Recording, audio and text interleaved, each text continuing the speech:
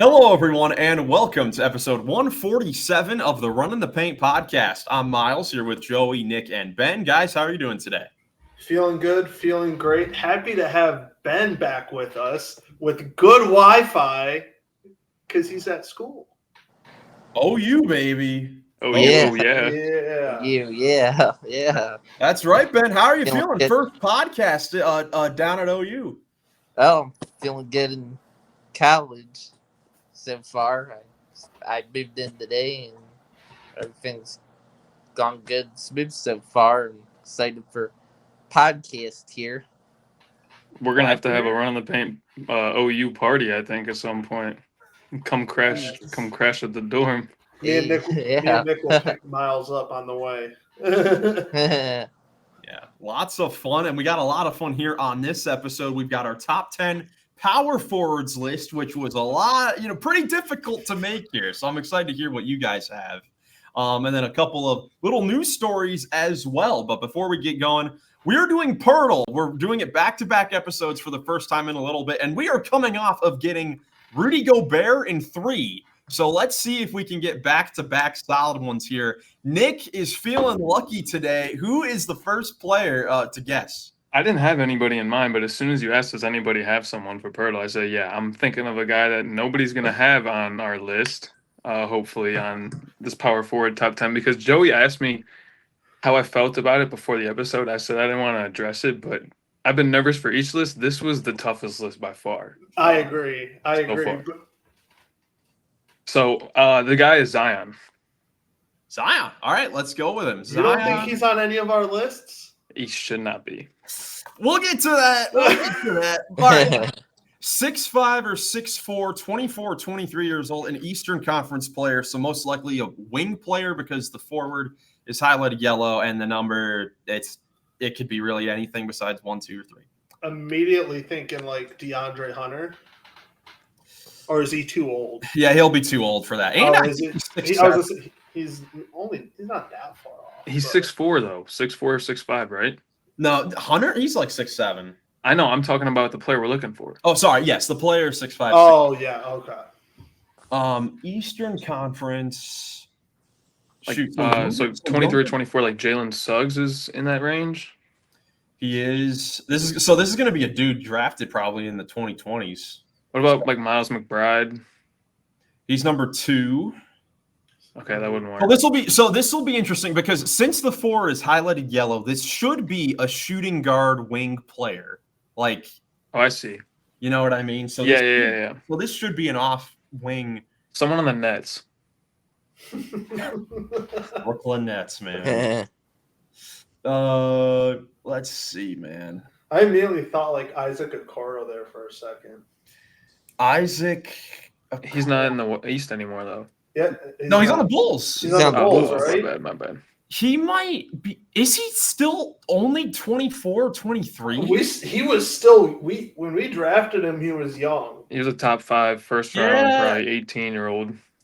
We could try Okoro. Let's try it out. Isaac Okoro, former Cav. Oh, Joey! Yo, you sniped it. Let's go. That is awesome. Should I go get his jersey? I haven't retired his jersey out of my closet yet. Hang that thing man, that feels great. Dude, after a month struggle in these POELTLs, it feels great to get one like that into a snipe by Joey for Isaac Okoro, former Cav. Let us know how long it took you guys to get Isaac Okoro, man. That was awesome. Let's get into the quick little news here, though, before we get into our very difficult list. We have a retirement announced. John Wall, former all-star point guard for the Washington Wizards, retires after 13 playing seasons in the NBA. Joey was doing the dance, man. What were your thoughts when you saw this news? Sadness, but it's right. He hasn't played in a minute. It's especially the end was pretty brutal to watch, and that's the only thing. It's like a lot of young fans don't really know the John Wall that like I saw in growing up in college at Kentucky, and then what he brought into the NBA those like first 5 years. Oh, man. There was we still talk about Kyrie being a really good point guard in today's NBA, and in his prime, he was a top one. He was 2 behind Curry, obviously, but there was really heavy conversation back in the day. Who was better, Kyrie or John Wall? That was the conversation back in the day. Yeah, I totally agree. I mean, a legend for sure. Just in terms of social media presence and stuff too, just a legend in terms of you see him everywhere. The biggest thing that I can remember him for seeing him was when he hit that game winner when that girl he was riding back and forth and visiting the hospital thing, and I think it was on the day that she passed, he hit a game winner, and it was just a really emotional interview and stuff. But other than that, one of the first players to go from college and do amazing things, around the same time as Greg Oden and Steph, but to transition and do that stuff in the NBA too, getting chased down blocks as a guard and just making dynamic plays that you were curious whether or not he could do it at the next level, and he did, Steph, Oden. Well, Oden didn't pan out, but had those questions. Oh yeah, the highlight plays were nuts. Yeah, Ben. I mean, John Wall, just such a unique combination during the 2010s of one of the best athletes in the game, was the fastest dude in the league, but also one of the best passers in the league. You could book him down for 8 to 10 assists per game for a long time with the Wizards.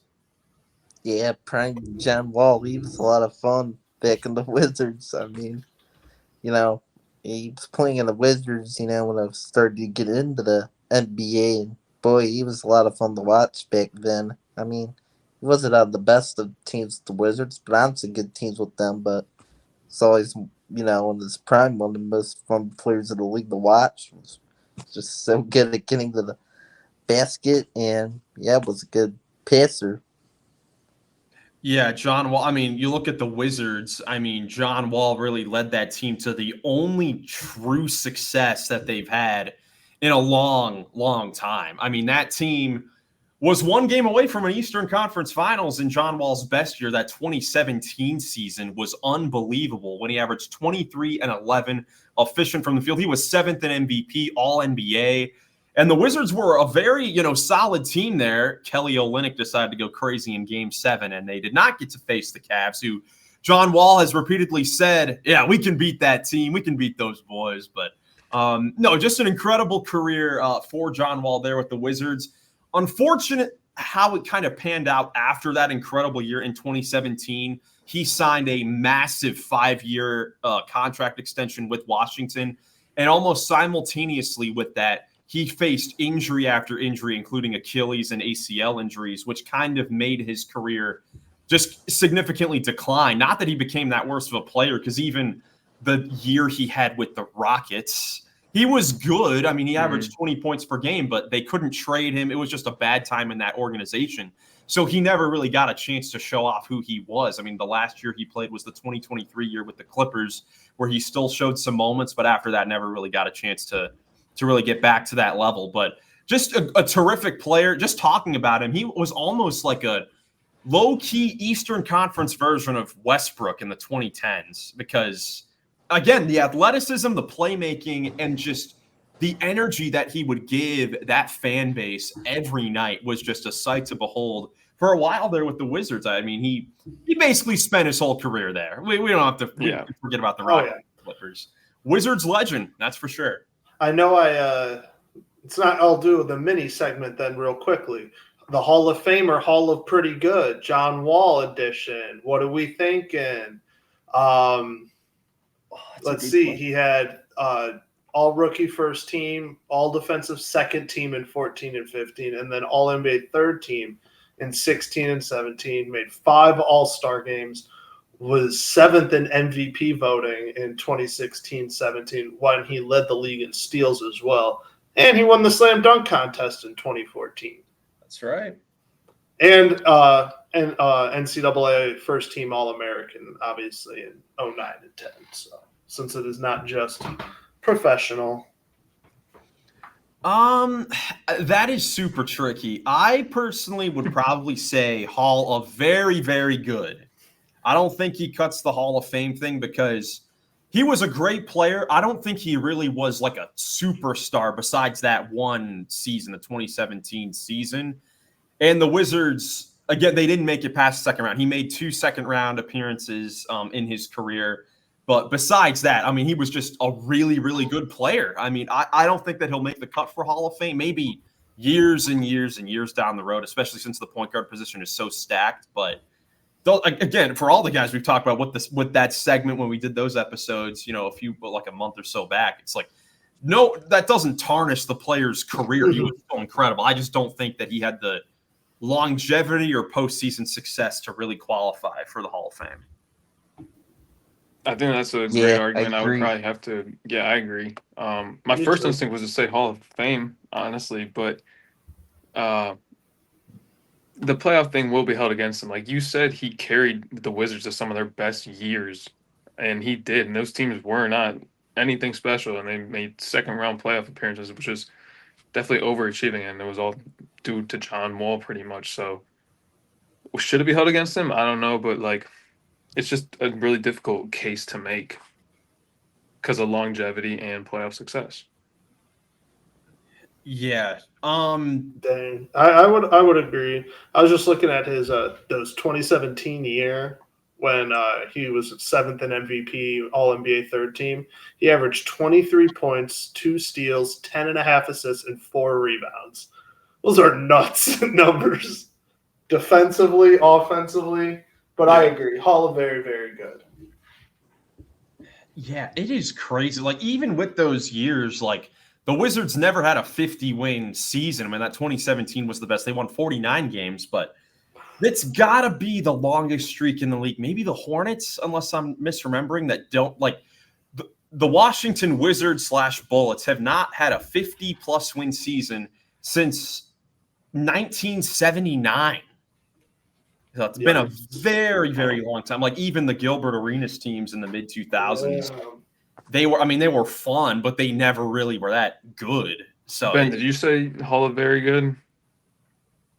I did, yeah. I think he's just Hall very good. Yeah, just people screwed with the Wizards, but he never beat it like super far in the playoffs. That's why I think he's just Hall very good.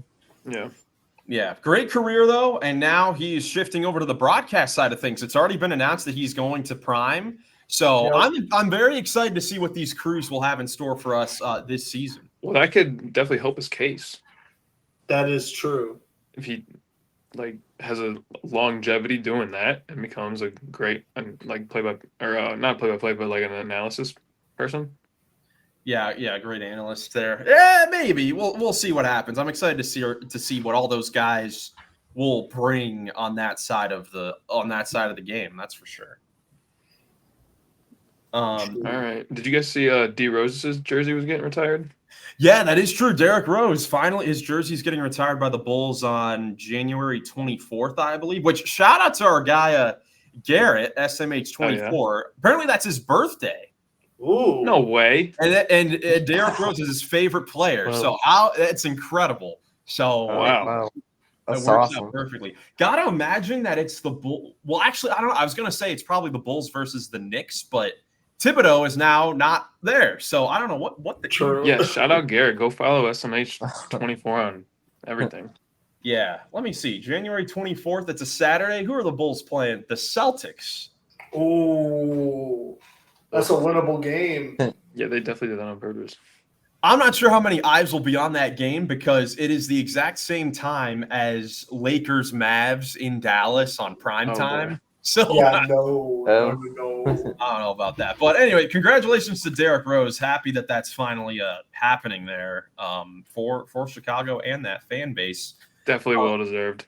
Yeah, no question about it. Some coaching news. Rick Carlisle signs a multi-year extension with the Pacers after just leading them to a incredible playoff run, 1 win away from a championship. Not much to say about this. I mean, a great coach staying with the team that he just took to the finals. Definitely the right move. True. Yeah, for a guy who's had a bunch of ups and downs and, very high ups, but gets a lot of criticism regardless. Like, I don't know. How do you guys think he's seen around the league as, like, before this season, before the success, I guess? That's a good question. Joey, what do you think? Because sort of like standoffish, I would imagine, right? Like old school and like not able to adapt, I would imagine, right? Am I? People probably I should let you guys answer the questions when I ask them and not answer them for myself. No, but I think you're right. I think people probably think he is a little too old school, but in my opinion, I've been a huge fan of Rick Carlisle since the 2010s eras of the Mavericks and when he won the championship there. He's been a great coach. He is under a great coaching tree, which is it Popovich? Is he under that coaching tree, Carlisle? He's not. No. Oh, never mind then. My bad. Thought he was. But he is the oldest active coach in the league. Ooh. 65 years old now that Popovich is now had. He's a young boy. But yeah, he's, in my opinion, he's always been a really good coach who is liked by players. Players seem to always give it their all when they're under him. So I don't know. Definitely. I do know what you're saying though, Nick, because in some of those later years with Dallas, I mean, he was kind of known to be the guy that had to call out all the plays. It felt like he didn't really have that great of relationships with too much control. Yeah, he wanted to have too much control with the team unless there was like a legitimate proven guy running the point. Like, those early Pacers days, Mark Jackson was there. Of course, Jason Kidd was there with Dallas later on. But during their rebuild, or even the last few years with Dirk Nowitzki, the Rajon Rondo thing was a disaster for that reason.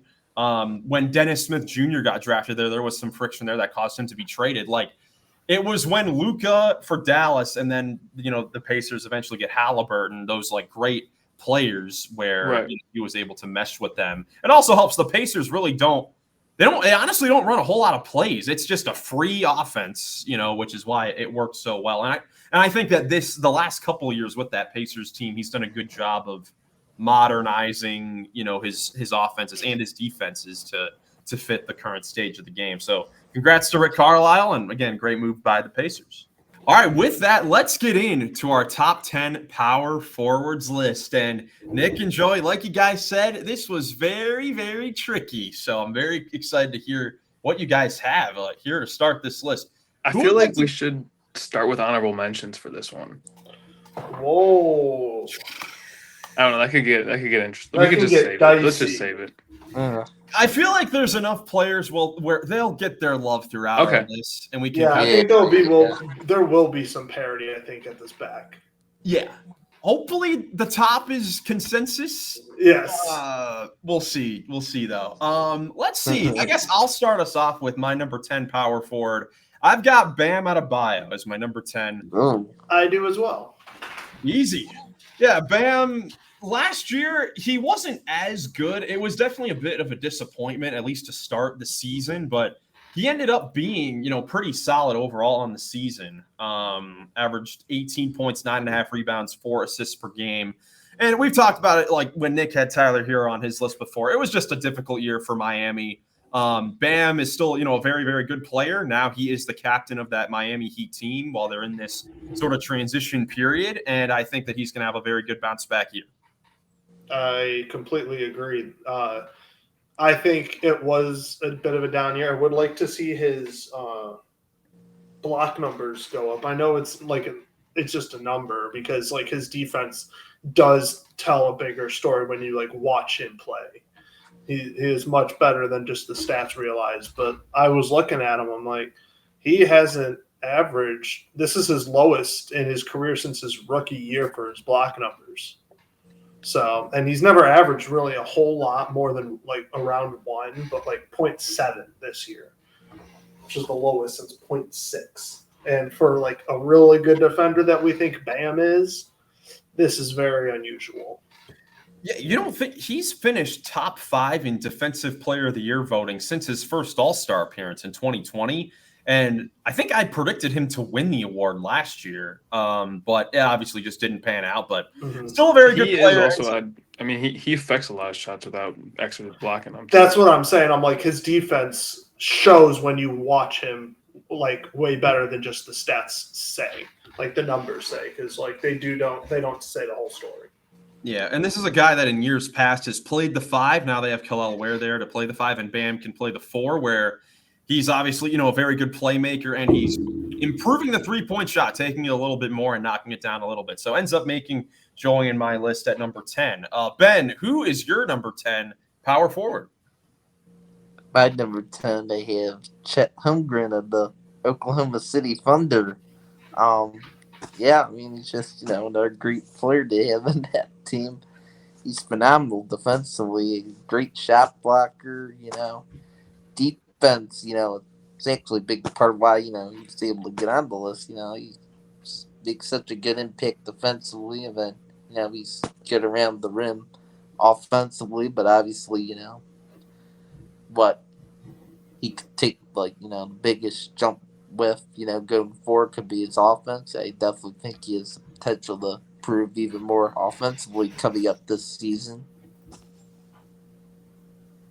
Yeah, I love it. I actually had Chet one spot higher at 9. My number 10 guy was Pascal Siakam, though. Yeah, Siakam, I guess you guys probably have him a little bit higher. I had Bam higher. Yeah, Siakam, great player, averaged 27 and 3, and really, really good efficiency. I imagine you guys will make a really good case for him later in the video here. But I have some things to say about Bam when I get to him too. So right now, we'll just leave it at Siakam and Chet. All right. All righty. Joey, who's your number 9 power forward? I will quickly say I actually had Chet as an honorable mention. He was probably my 12 or 13 low key. Yeah, mine as well. Just he's a very good player in my opinion, and it'll go up if his stats and play improves, just because he only played 32 games this season, and yet the year before he played all 82.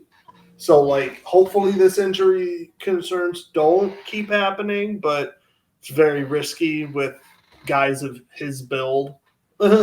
Yeah, listen, have we ever seen a games played arc like this? Because he missed his entire first season, goes from 0 to 82 plus 10 playoff games. This season down to 32 plus the playoff game. So we'll see what happens with him.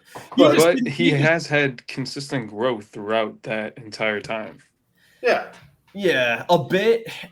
He was off to a great start last year before the injury, and then the Thunder were playing so well that offensively he kind of was just the same player. And in the playoffs, it was very, iffy for him, especially in the finals against the Pacers. I mean, I have a feeling if he didn't have that incredible Game 7 of the finals, he probably wouldn't make any of our lists. But I think that he is, still a very talented player.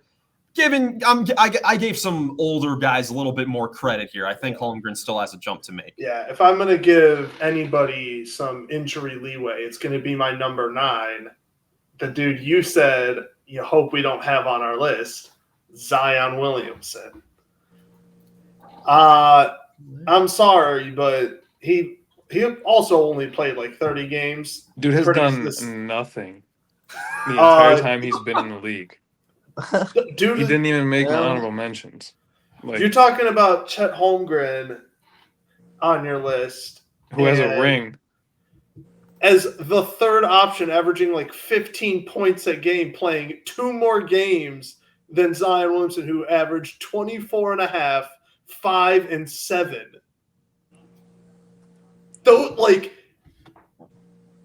we said we included the injuries. So if he is on the court and we're grading that I do have him down at 9, because those numbers and the way he plays when he's on the court, he is a force of nature. He could be higher on this list, but he's knocked down because of his injury concerns, because his skill level and stuff is that of higher guys, and the stat wise, the numbers prove that. It's just unfortunate it's only in 30 something games. And again, the whole team got injured. So this is a season where I don't really knock the impact on winning on him a whole lot, because by the time he came back, Pelicans had nothing to play for. So, the Pelicans the season was over by December. I have a weird take on Zion. Let's hear it. All right, so that thing I was talking about with John Wall earlier, where like your game can transition from the college to the pros, like I don't think Zion has been able to do that, because in college and stuff and at Duke, you're way more athletic than 90% of the other guys, and in the NBA, that number's down to 70 at least, 80 maybe. I mean, it's lower. And so, like, my question to you guys is, how do you set a team up around Zion that's a winning team? Because in college, you can do it with, just domination, and like RJ Barrett and Cam Reddish were out there, and they just ran down the court on everybody. But that's because they were all more athletic than 90% of the guys that played. Joey, were you going to say something? I think it's injuries. Like, I truly do, because they have so much talent. They've had so much talent in the past. But last year, Zion played, not this past season, but the year before, he played 70 games. But the year prior, it was like 29. Did they win? Is what I'm saying. How do you set up a winning team around him? Because nobody else is healthy around him. Like, they get good players that aren't healthy when they need to be. That's just how it is. Not to mention they had a Brandon Ingram the year before that. Just his offensive game and his numbers in the regular season were great. But if I remember in that play-in game, if I remember, they did not show up. Let's not forget last season, or I guess 2 years ago, the 2024 season, Zion, the Pelicans make the play-in game against a Lakers team. And Zion, this is his first ever postseason game. And he goes for 40, 11, and 5 against a LeBron and Anthony Davis team before, again, getting injured. And I remember the Pelicans probably would have won the game if he didn't get hurt. But so I do have to agree with Joey. I get the injury. They built an incredibly talented team, around Zion. I mean, you look at the lineups that they had. They had C.J. McCollum, Herb Jones, Trey Murphy, Brandon Ingram with Zion, Valanciunas. Extremely talented, but again, none of those guys have been healthy. And that's why, at some point, if you're the Pelicans and in that front office, when is enough with this? This has been years and years and years and years. Like Zion, again, he hasn't played a playoff game. This is going to be his 7th season in the league. He's not played a playoff game. So I could definitely see the Pelicans maybe looking to move on from him, because I can understand it. You can't really rely on him to be healthy when it matters most. And that's what I was going to agree with. I'm like, that's why, I think that's the reason why they haven't won. But I also agree that it might be time to just completely scrap it all and go in a different direction. You could still get a lot, because Zion does, like I said, when he plays, is that productive. And you can pair that with somebody else. Like, somebody would be willing to pair him with somebody else. No, yeah, it's valid. From scratch. I think he deserves to be on the top 10. Yeah. Yeah, that's definitely fair. Ben, what are your thoughts about Zion? Did he make your list, or do you have any thoughts about Yeah, he did. He's coming up shortly on my list. Okay. Nice. All right. I'm glad he got a little bit of love on here. Mm-hmm. Let's see. So, Ben, who is your number 9? But 9, I don't have Zion yet. I have Jaren Jackson Jr. at number 9. Did he make any of your list? One spot higher. Okay, all right. Jaren Jackson Jr. Obviously has been a pretty good defender throughout his time with Memphis, in my opinion. He's been a good scorer, but this year, really could take a jump, I think, with the scoring, with no Desmond being there anymore. I think he's definitely going to get the ball a lot and will become a pretty good scorer with Memphis. So I'm expecting a big year out of Jaren Jackson Jr., and that's why I had him cracking the top 10. Nice. He actually was my first omission from the list. No way. Yes, he did not make my list. Very, very talented player, and he definitely deserves to make the list. I just had some guys above him for this. I think there were guys that had better overall seasons. I mean, his impact defensively on that Grizzlies team was not as great as it has been in the past. So you guys are really just judging like last season and not like the full player. This is, I mean, correct, because that's what this is about. This is top 10 players from last season heading into this season. I'm judging the full player. Like, if this guy had the opportunity that Siakam had in the finals, could the Pacers have won? And I can make an argument. That's why I would put Bam ahead of Siakam, because I think Bam would have performed like at a higher level than Siakam in the finals because he had been there before, and like around Tyrese, like that he's a better player at this point. And I don't agree, so that's why he's not on my. Yeah, I don't agree with that. I would not have. I don't agree, but we can get to that when we get to I'm just trying to get in your guys' head and figure out how you're making your list. Mine, it's off of last season and impact on winning heading into this season. Mine is based off of last season and my potential predictions on how I think the team is going to improve as well as them and how they should improve if their team is to improve. Yeah. And I mean, again, Jaren, great player. He'll definitely be on the top 50 players list when we get to that. That'll be next week's episode. That'll be a lot of fun. Still some things that, like, 5.5 rebounds. I still don't like that a whole lot for him, but he does a lot of other things well. Don't want to keep knocking on him. Still a great player, all-star player. My number 9, I had OG Anunoby from the Knicks. He made my list at number 9. We all know that he's a terrific defensive player that can guard literally every position. But this season, we got to see him really take a nice step on the offensive end as well, especially later in the season when Jalen Brunson was out with the injury. He had a 20-game stretch post-All-Star break where he averaged, 23.5 points per game, 5 rebounds, shooting 49% from the field and 42% from three as the number 1 option on the perimeter for a good Knicks team that made the conference finals. So he makes my list at number 9. I was really impressed with what he was able to do offensively last season. And he was the first omission on my list. I have Jaren Jackson, like I said, on my list at 8, so I only had him 1 spot higher. But yeah, I'm with you. I love OG. He was just the first one off. Ben, Nick, who's your number 8? Paolo?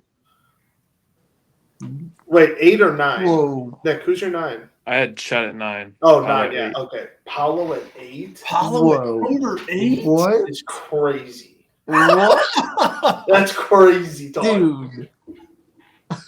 He takes horrible shots. You have Bam Adebayo over Paolo Banchero. What? Yeah. Takes awful shots. What are we talking about? Dude, it's my list. I know. That's fine. Yeah, no, you're fine. You're fine. I'm just having a visceral reaction to what's being said. All right. We could get to Paolo later because Joey, Ben, we got him higher on our list. I have much higher. Got him much higher as well. Ben, who's your number 8? I have Zion at number 8. Oh, there's that. Yeah. He's had the injury problems, of course, but I mean, when the Pelicans team stay healthy and when he's healthy, I mean, Zion performs great. I mean, Zion's healthy. I mean, to me, he could play like a top 10 power forward. I mean, if he stayed healthy throughout his career, I mean, I think he could be higher on a list like this, but it's injury stuff that, is holding him back. It's kind of unreliable. I mean, he has a all right attitude, not the best attitude that kind of holds him back. But I mean, when he's playing, he's really talented. Top 10 worthy still. Yeah, no question about it. My number 8, judging from how the rest of the lists are going, I'm expecting this player's not on the rest of your list.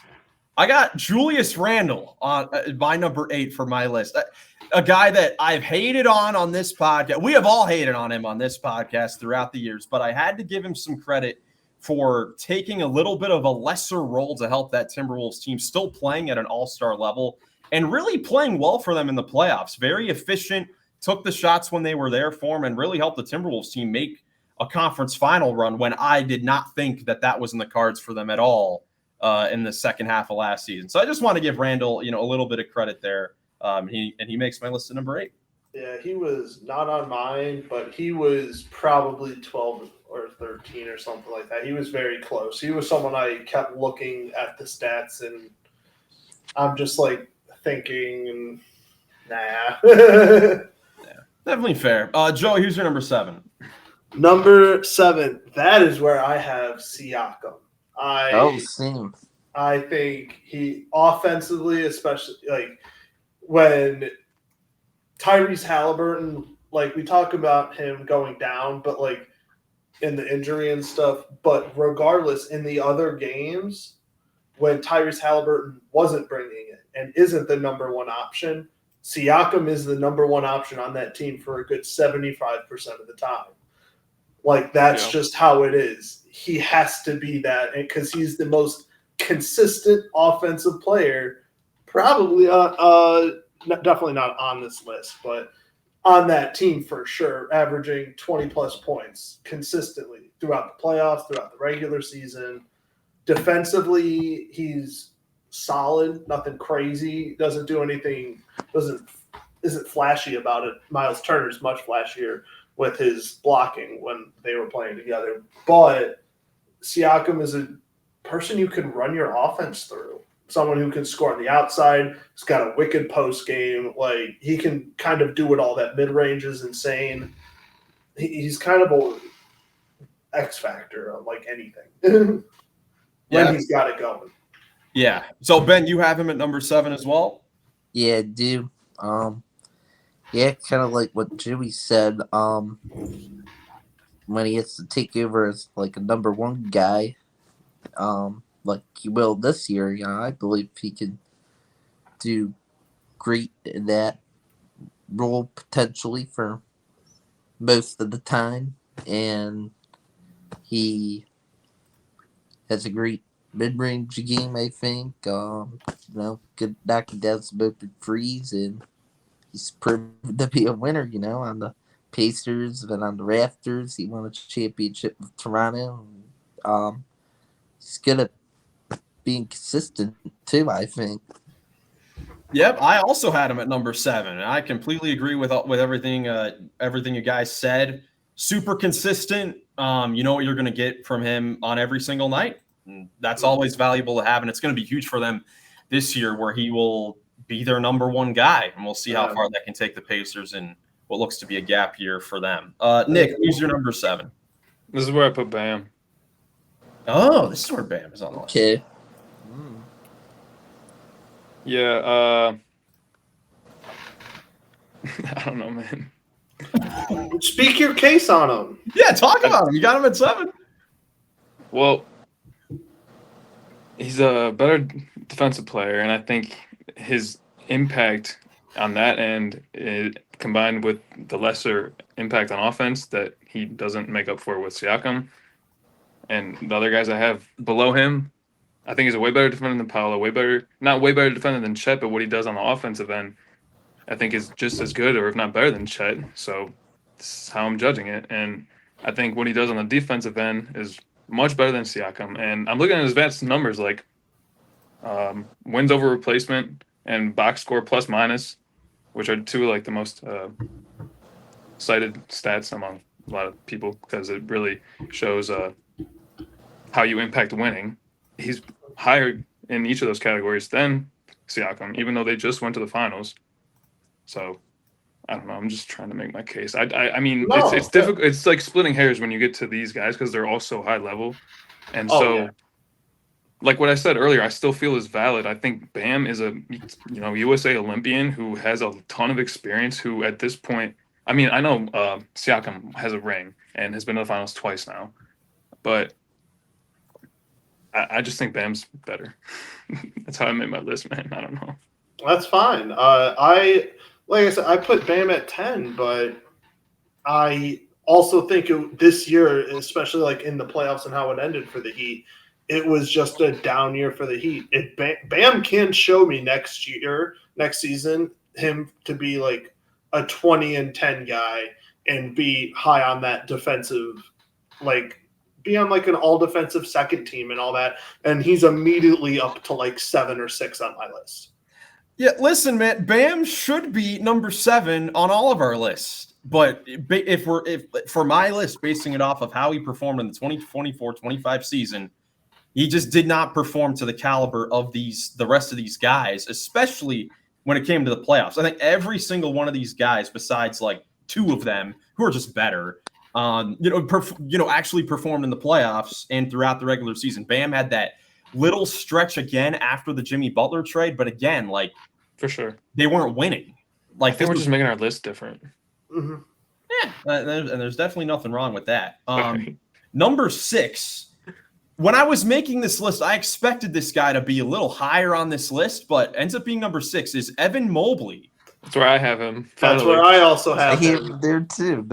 Wow, yeah, we all do. Number 6. Yeah, I mean, Evan Mobley, incredible year for him. I mean, really, with the year he had, I thought that I would have him higher on my list, being All-NBA second-team defensive player of the year, making an incredible jump on the offensive end. I mean, he was just super awesome. I mean, like I told you in the pre-pod lobby, or I forgot about KD, someone who we'll talk about soon probably. I forgot about KD when I was making my list until like 8 or 9, and at that time I already had Mobley top 5, and I was like, oh no, I'm gonna have to knock him.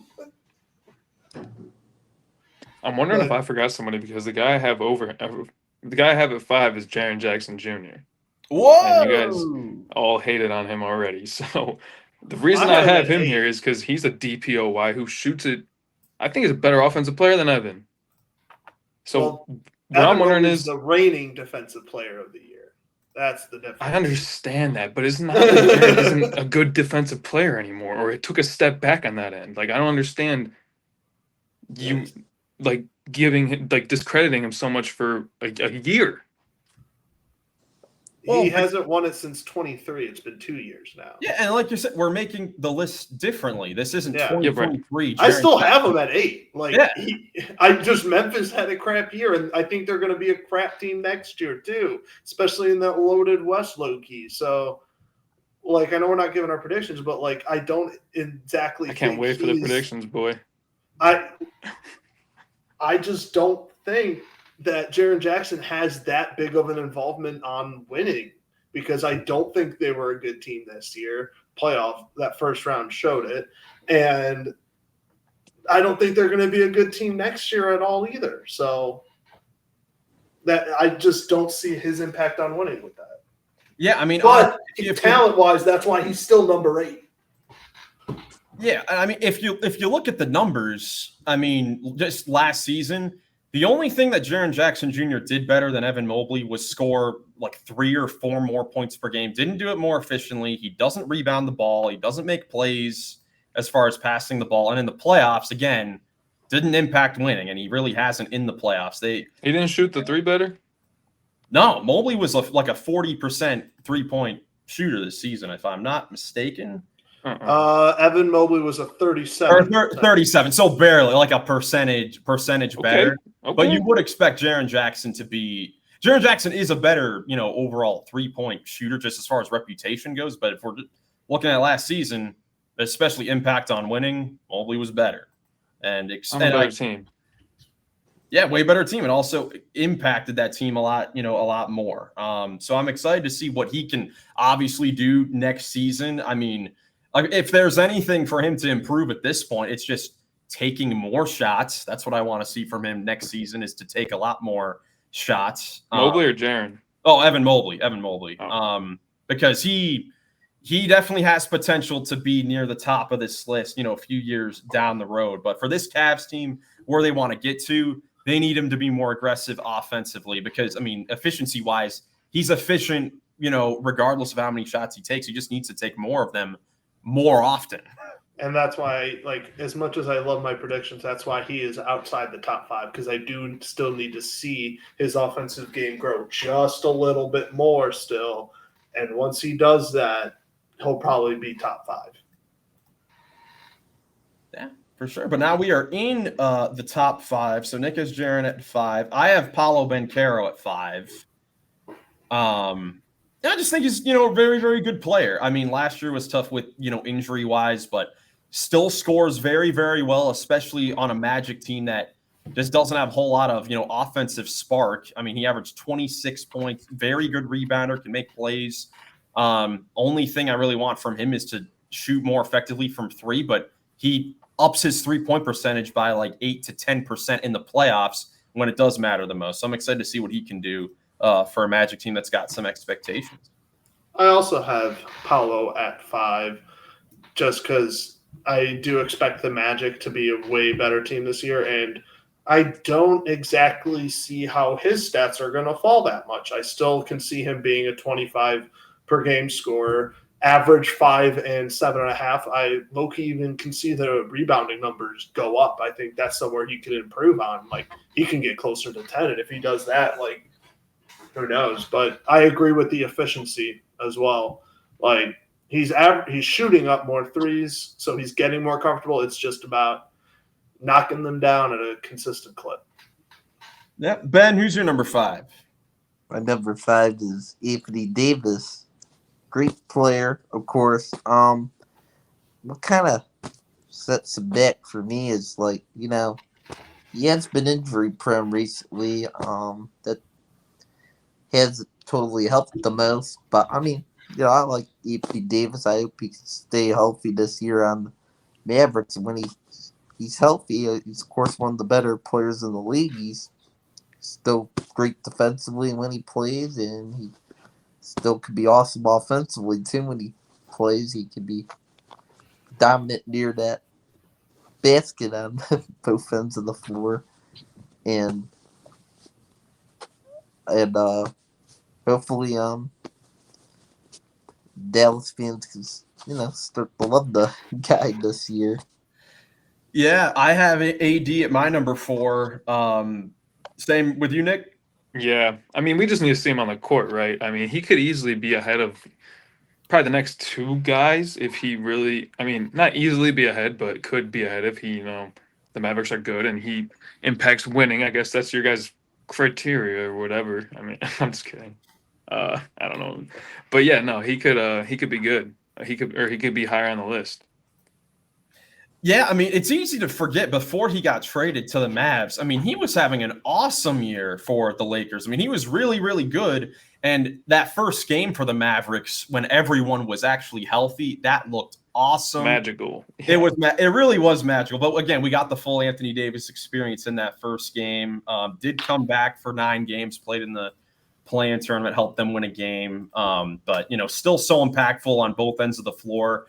I'm very, very interested to see how he plays this year for the Mavericks, because he is going to be asked to carry the load offensively as the number 1 guy there, most likely the entire season when he's out there. Of course, with Kyrie Irving out for a while, Cooper Flagg will obviously have his moments, but for the most part, it's going to be Anthony Davis. So I'm excited to see how he'll step up to the challenge. I'm sure they'll, load manage him and whatnot. Yeah. So, Paolo Banchero, my number 4. I hit it a bit different, but it's my opinion, right? I think Paolo, kind of projecting in the next year. I think Paolo's just going to be awesome next year. As long as he just stays healthy, I think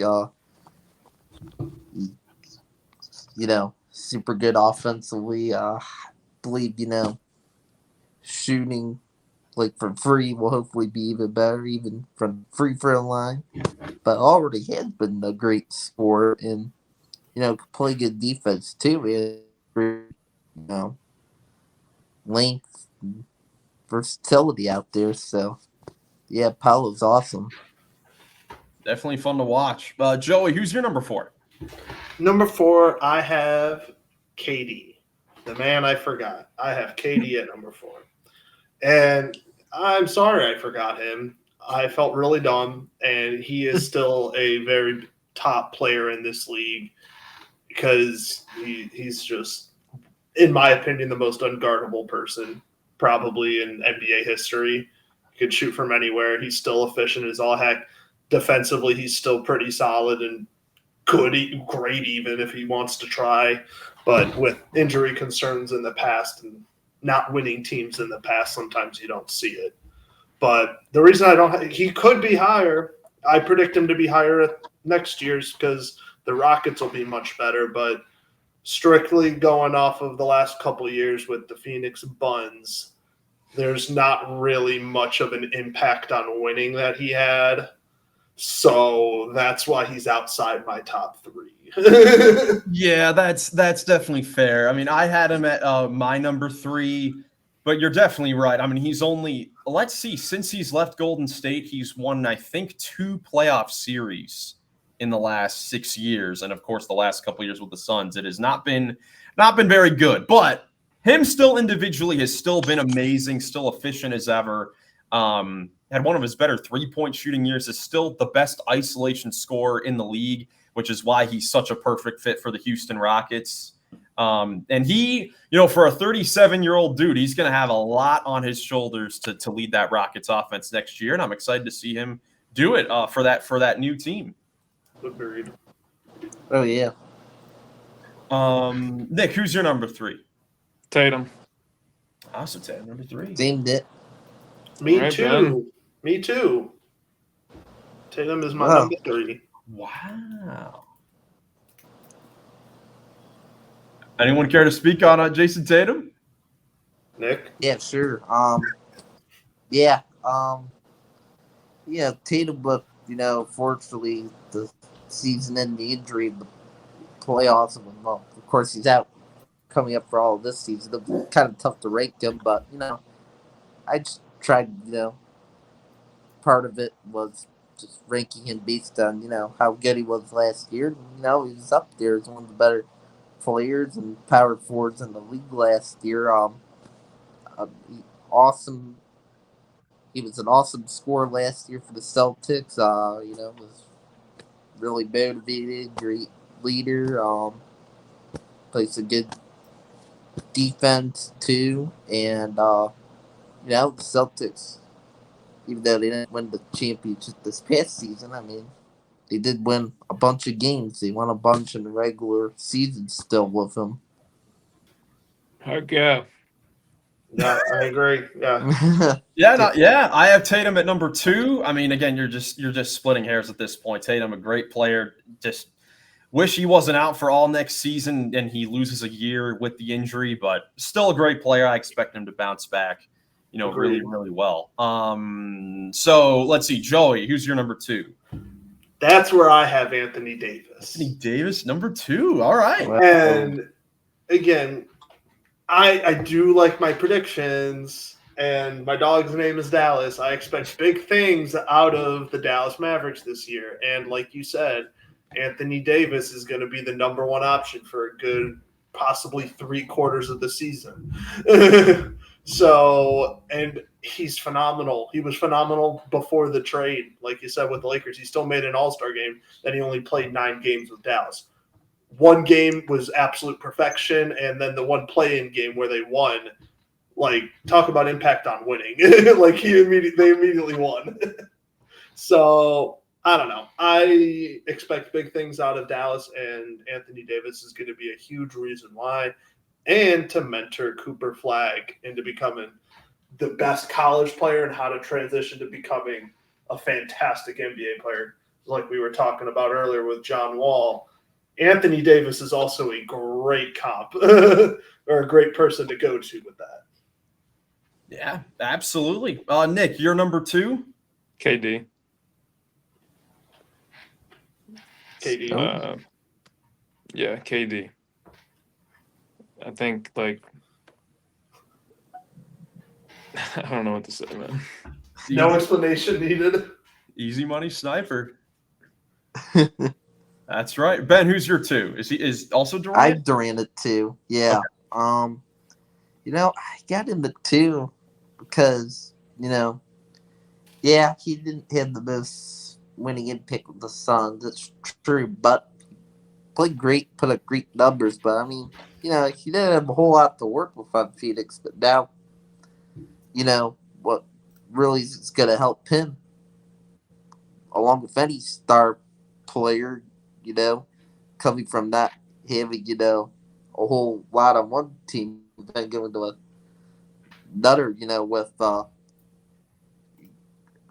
great depth around him. So the great depth around, Durant on Houston's really going to help him, and it's going to be the number one option for Houston. I'm just projecting that Durant's going to have a huge year. He's going to go crazy in some games, and it'll look like that number one option that Houston's definitely looking for, and will, help Houston be, just one of the top teams of the West, and be hopefully a good leader and help be out the young guys improve more. Yeah, I mentioned it before with Durant. I'm excited to see how he will help lead this young team, because he has not been on a young team since he was a youngin himself during the early days with the Thunder. So excited to see how he leads those guys off the floor, but on the floor, he should still be, very, very good. One of the best scorers that we have in the league. The number one, the Greek Tamani Kamara. Oh, yeah. No, Giannis Antetokounmpo, number one. Still, one of the best players in the world. Had an unbelievable year last season, third in MVP. Incredibly efficient. I mean, he's incredible. He's awesome. Until he doesn't prove why he's the best, I'm going to keep putting him at number one, because he is as dominant as they come. Yeah, he's knocking down jump shots in like Eurobasket right now. So well, he's having a blast. I've been seeing so many clips. He's got a smile plastered against his face. Yeah, definitely playing free over there. Not sure how the Bucks season will be, but they still have Giannis. And he's still for now. He could still get traded before the season starts. Yeah, for now. That is very We're true. waiting on the big trade still. Yeah, waiting for a big shocking trade this offseason. What teams would he be most likely to go to? Cleveland. No, I'm just kidding. No. I thought it was infeasible. It's not. There's no shot. Never mind. I don't even know. Miami is probably the most feasible option, honestly, because Tyler Hero and picks for Giannis. Giannis. Giannis is definitely better than Bam. I'll give you guys that one. I hope we can agree on that. Oh, man. But that is it for our top 10 power forward list. In the next episode, our top 10 centers are our final position list before we combine our top 50 players list. So lots of fun coming up over the next few episodes. You guys have anything else before we get out of here? Nope. Might have some upcoming guests on the pod, so stay tuned for that. Ooh, yeah. First time for a RPP guest special. That's right. So definitely stay tuned for that. Love the tease there at the end. But guys, thank you so much for watching. If you enjoyed, leave a like, subscribe for more NBA content. Hope you have a great rest of your day, and we will catch you in the next one. Peace. Peace.